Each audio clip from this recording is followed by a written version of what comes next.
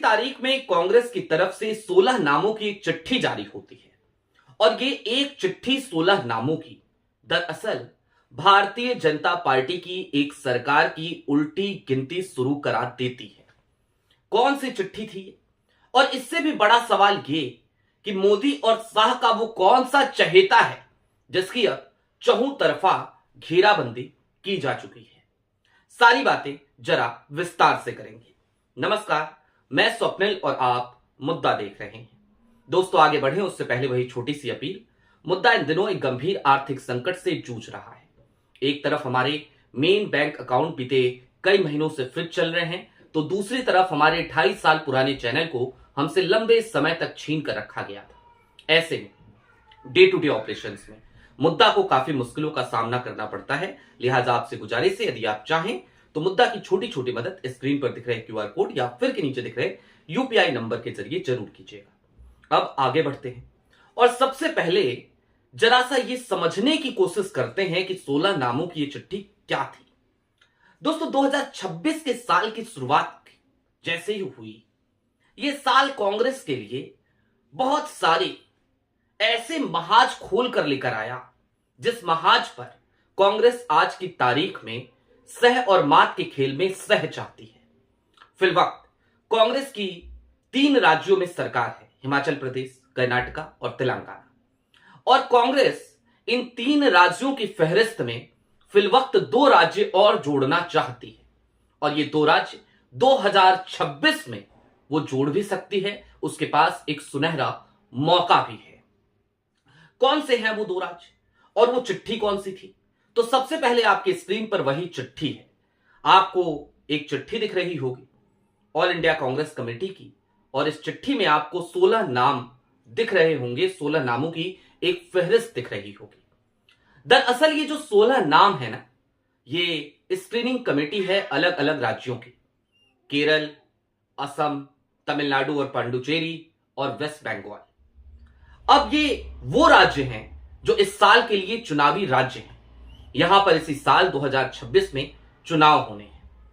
मसलन असम और केरल तो वो राज्य हैं जहां पर साल के शुरुआती दिनों में ही चुनाव है, यानी कि अप्रैल, मई और मार्च अप्रैल। और कांग्रेस के लिए आज की तारीख में असम और केरल दोनों ही बेहद महत्वपूर्ण हो जाता है। केरल की बात हम किसी और वीडियो में फिर करेंगे। अभी बात फिलहाल असम की।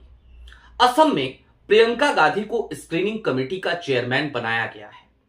प्रियंका गांधी परिवार से आती हैं। असम के मुख्यमंत्री कौन है?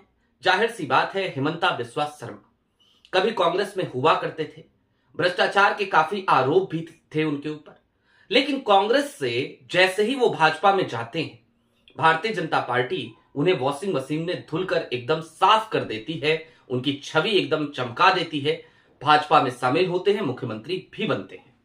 आज की तारीख में मुख्यमंत्री हैं और गांधी परिवार से उनकी अदावत की कहानी, और खास तौर पर राहुल गांधी से उनकी अदावत की कहानी कोई नई तो है नहीं।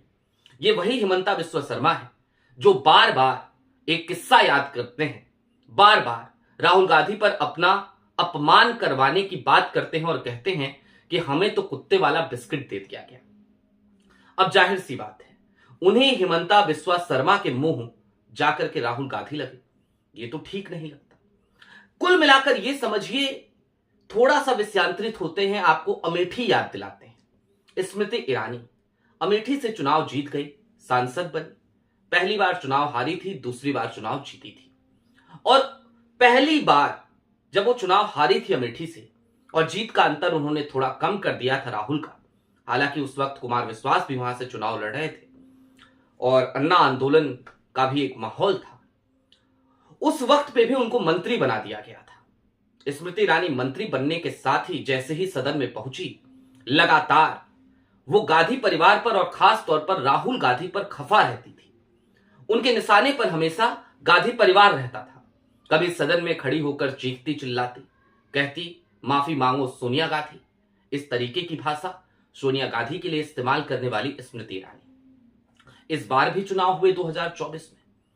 तमाम लोग ये चैलेंज कर रहे थे भारतीय जनता पार्टी की तरफ से, और खुद स्मृति ईरानी भी कर रही थी कि राहुल गांधी को चाहिए आकर के अमेठी से चुनाव लड़ जाए। वायनाड से राहुल गांधी ने पर्चा भर दिया था, वायनाड में चुनाव भी हो गए। राहुल गांधी ने एक गजब की रणनीति अपनाई। राहुल गांधी ने कहा कि स्मृति ईरानी तुक्के से जीत गई है, इस बार यदि स्मृति ईरानी को हराना है तो उसके लिए मुझे वहां जाने की क्या जरूरत, और वैसे भी हमारी एक परंपरागत सीट है रायबरेली, मेरी मां की सीट है, तो मैं रायबरेली को भला कैसे छोड़ सकता हूं। राहुल गांधी रायबरेली से पर्चा भरते हैं और अमेठी से किशोरीलाल शर्मा को वो चुनाव लड़वाते हैं।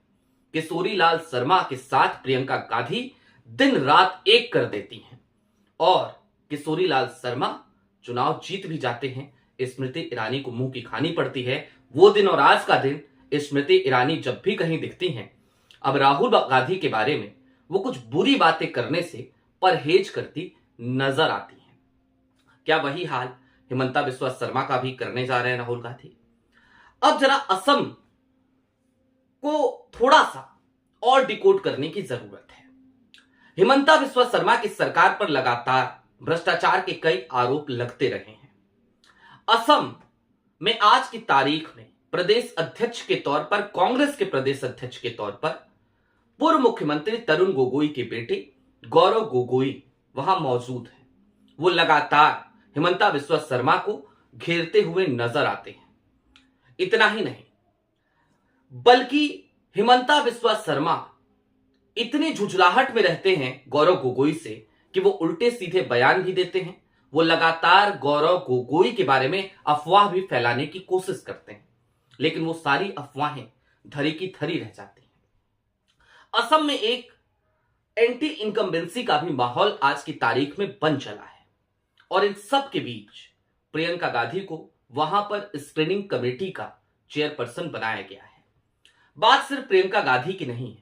इस सूची में प्रियंका गांधी की टीम में जो 4 लोगों की टीम है, इसमें उत्तर प्रदेश के सांसद इमरान मसूद भी हैं, प्रियंका गांधी के काफी करीबी माने जाते हैं। तो दूसरी तरफ सप्तगिरी उलाका भी इसी सूची में शामिल है। श्री देवी भी इस सूची में शामिल हैं। ये तमाम लोग जब असम के स्क्रीनिंग कमेटी का हिस्सा बन गए हैं तो निश्चित तौर पर यह हिमंता बिस्वा शर्मा के लिए एक बड़े संकट की घड़ी है। और ये संकट, ये अलार्मिंग सिचुएशन सिर्फ हिमंता के लिए नहीं है। दरअसल ये चैलेंज और ये तमाम सिचुएशन आज की तारीख में वो मोदी जी के लिए है, वो शाह साहब के लिए है। सदन के उपनेता हैं गौरव गोगोई।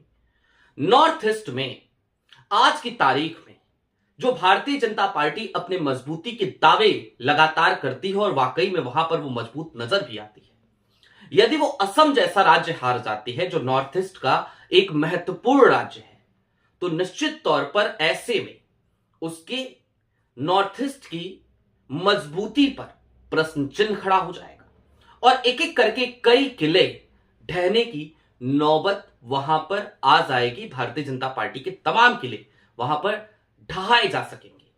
लिहाजा यह सीधा चैलेंज है किसी और के लिए नहीं, बल्कि दिल्ली दरबार के लिए, मोदी और शाह के लिए। और हिमंता बिस्वा शर्मा वैसे भी एक बड़े ब्रांड एम्बेसडर हैं। वो उसी राह पर चलते हैं जिस राह पर मोदी जी और शाह साहब चलते हैं। वो इन दोनों के चहेते मुख्यमंत्री भी हैं। वैसे भी कांग्रेस से आयातित प्रोडक्ट्स को बहुत ज्यादा पसंद करते हैं मोदी जी, तो हिमंता बिस्वा शर्मा वैसे भी वहां से इंपोर्ट करके लाए गए थे कांग्रेस से। अब चलते चलते एक बात और समझिए, राहुल गांधी का जो पूरा एक प्रोजेक्ट इस समय चल रहा है, कांग्रेस के संगठन को धार देने, उसको मजबूत करने और जमीनी नेताओं को अधिक से अधिक मौका देने का, उसी के तर्ज पर यह 16 नामों की सूची मुझे नजर आती है। मसलन आप देखिए केरल में किन लोगों को भेजा गया, तो केरल में मधुसूदन मिस्त्री पहुंचे हैं। केरल में दिल्ली के रहने वाले अभिषेक दत्त भी पहुंचे हैं। मधुसूदन मिस्त्री यानी गुजरात कांग्रेस का एक बड़ा नाम, कांग्रेस के एक वरिष्ठ नेता, तो दूसरी तरफ अभिषेक दत्त एक युवा नेता, एक पार्षद के तौर पर लगातार उन्हें अवार्ड मिलता रहा जब वो दिल्ली में पार्षद हुआ करते थे। बतौर स्पोक्स पर्सन कांग्रेस के वो जब भी किसी डिबेट में शामिल होते बड़ी शालीनता और बड़ी संयम के साथ लगातार वो विरोधियों को चुप करा दिया करते अपने तर्कों के आधार पर। वैसे अब शेख दत्त भी वहां पर पहुंच रहे हैं, तो उसी तरीके से इधर इमरान मसूद और प्रियंका गांधी की जोड़ी वो भी पहुंच रही है असम में। केरल और असम का ये चुनाव कुल मिलाकर कांग्रेस के लिए बेहद महत्वपूर्ण हो जाता है, क्योंकि 3 राज्यों की सरकार जो अभी कांग्रेस की चल रही है वो यदि 5 में परिवर्तित हो जाए, यदि उसमें 2 राज्य और जुड़ जाए, तो 2026 के शुरुआत में ही कांग्रेस का एक बड़ा खाता खुल जाएगा और 2026 की शुरुआत में ही बिहार चुनाव के बाद या फिर कि हरियाणा में हार के बाद या फिर कि महाराष्ट्र में हार के बाद जो कांग्रेस हाशिए पर चली गई है, वो निश्चित तौर पर सिर्फ और सिर्फ भारतीय जनता पार्टी के सामने नहीं, बल्कि इंडिया गठबंधन के जो बाकी दल हैं उनके सामने भी एक मजबूत स्थिति में नजर आएगी और निश्चित तौर पर इसका एक अच्छा परिणाम कांग्रेस को मिलता हुआ नजर आएगा। आपकी क्या राय है हमें कमेंट बॉक्स में जरूर बताइएगा। अभी के लिए दीजिए इजाजत। चलते चलते फिर वही अपील, चैनल पे नए हो तो सब्सक्राइब करते हुए जाइएगा। सक्षम हो तो मुद्दा की छोटी छोटी मदद उस वक्त पे जरूर कीजिएगा जिस वक्त पे मुद्दा को आपकी जरूरत है। हम कारण आपको बता चुके हैं। एक तरफ मेन बैंक अकाउंट का फ्रिज चलना बीते काफी समय से, और दूसरी तरफ 2.5 साल पहले पुराने हमारे चैनल का हमसे छीन लिया जाना और लंबे समय तक उसे छीन कर रखना। ऐसे मेरे रेवेन्यू पे एक बुरा असर पड़ा था, लेकिन ठीक है, इस देश में बेबाकी की कीमत चुकानी पड़ती है। आज की तारीख में हम वो चुका रहे हैं। आपकी क्या राय है कमेंट बॉक्स में जरूर बताइएगा। चैनल पे नए हो सब्सक्राइब करते हुए जरूर जाइएगा। बहुत शुक्रिया।